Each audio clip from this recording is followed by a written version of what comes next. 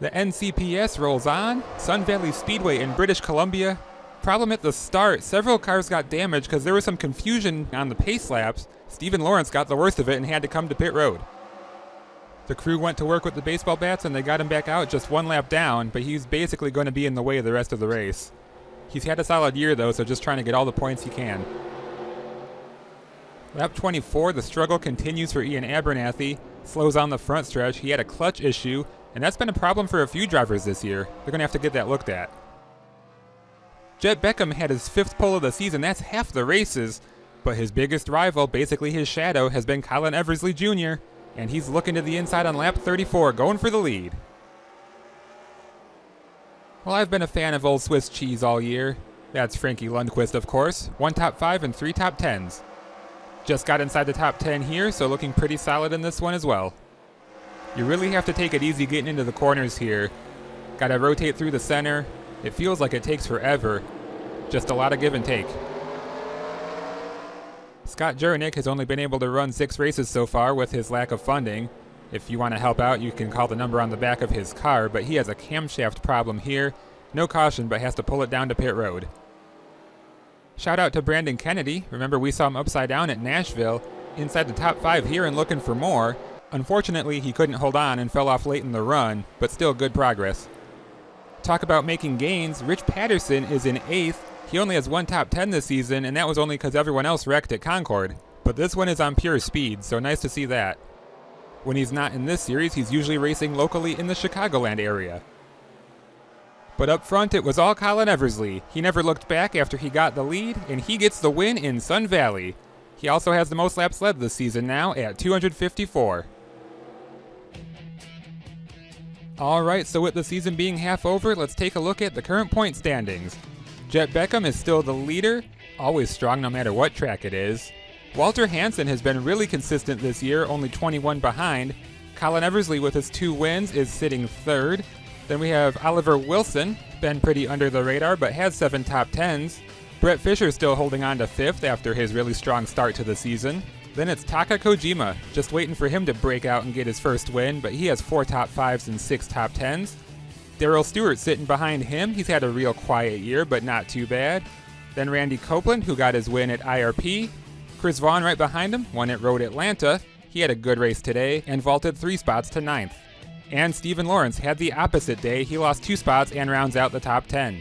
So I think it's been a really exciting first half to the season. A lot of action at certain tracks, some not doing so well like the road courses. But there's been a lot of surprises like Brett Fisher winning right off the bat. Wasn't expecting that. There were some that haven't won yet that I'm hoping will. I think the 4 is just as good as the 17, but it just takes one bad race to put you in a hole like that. But I'm looking forward to the second half. Let's keep it going. It's 4th of July weekend at Irwindale Speedway. Doesn't get much better than this.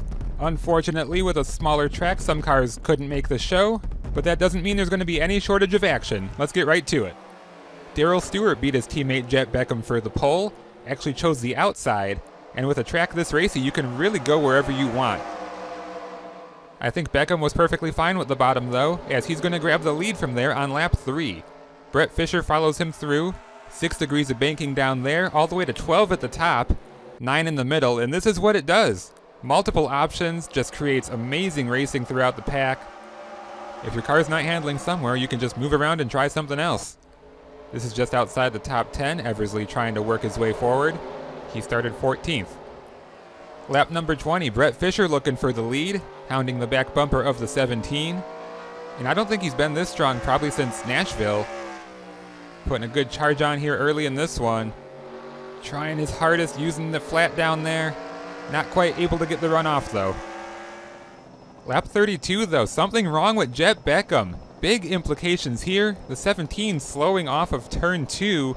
We weren't able to find out what was wrong because he was able to come down pit road, get it fixed, and head right back out, but that's really the only problem he's had this year.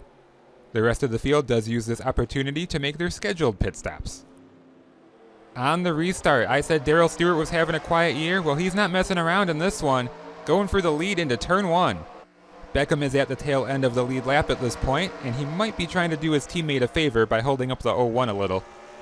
Fast forward to lap 70, where Matthew Dixon has caught Darrell Stewart. Going into this race, Dixon had led as many laps as Jet Beckham and has the same amount of wins, but he's 15th in points. The battle continues as they catch the lap car. They're going to split him 3 wide.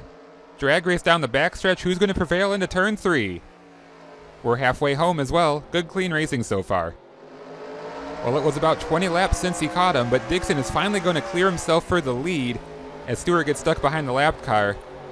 I'm sure that's frustrating inside the cockpit, but he's just got to regroup and try again later. Lap 96, tough break for James Garrett. He pulls to the inside down the front stretch with some kind of problem, but he's going to be able to get to pit road, no caution.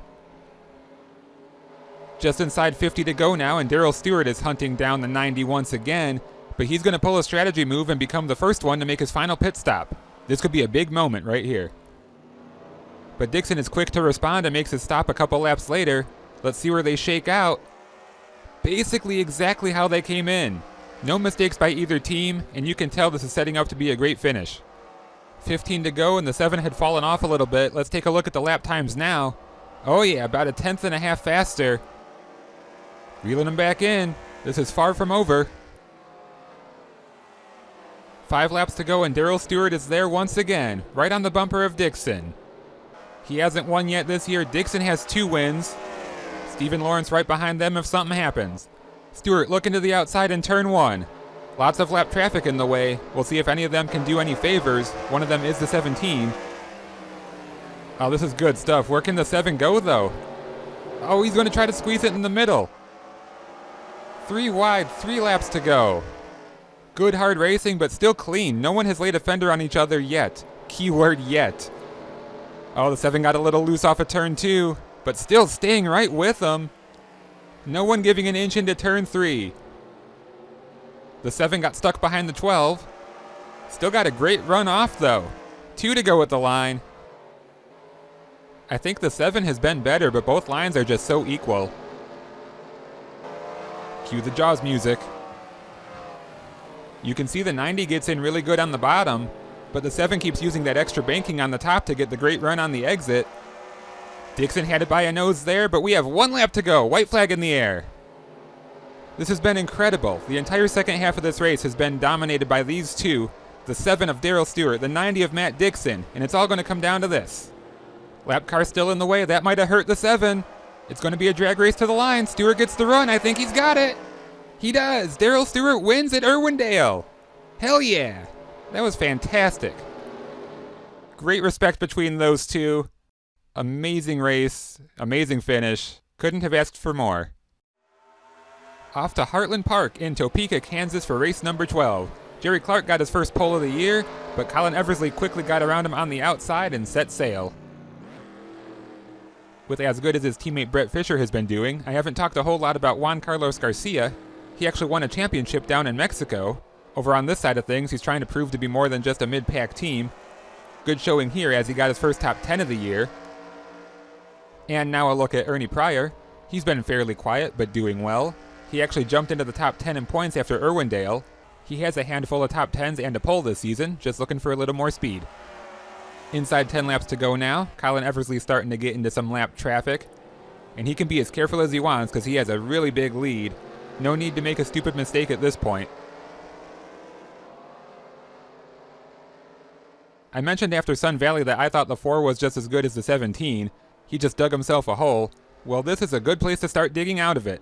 He has the most laps led this year, and he just has to bring it home to have the most wins on the year. Colin Eversley is going to win at Heartland Park. He led all 29 laps. And PJ McCormick is the runner-up, 12 seconds back, but he records his first top 5 of the season.